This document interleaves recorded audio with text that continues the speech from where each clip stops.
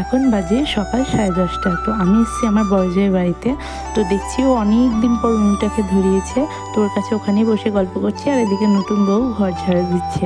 তো ঘর ঝাড়ু দেওয়ার পরে ও না শাক কাটতে বসেছে। তো আমি একটুখানি করে হচ্ছে এলাম কথা বলবো বলে। তো কথা বলতে বলতে দেখছি ও শাকও কাটছে। তো কুলো টুলো কিছু না নিয়ে কাটছে, দেখো বেশ ভালোই কাটছে, তাই না?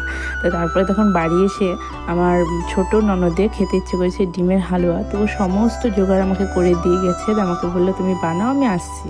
তো তারপরে এই যে দেখো, আমি এর মধ্যে দিয়েছি 10টা ডিম, 1 কিলো দুধ, 400 গ্রাম চিনি। তো এটাকে কিচ্ছু দিনই ওইটুকুই দিয়ে ভালো করে মিক্স করে আমি কড়াই বসিয়ে দিয়েছি। তো এখানে যখন এরকম পরিস্থিতি চলে আসবে তখন এর মধ্যে ফুড কালার দিতে হয়। আমি ফুড কালারটা একদম খুঁজেই পাচ্ছিলাম না।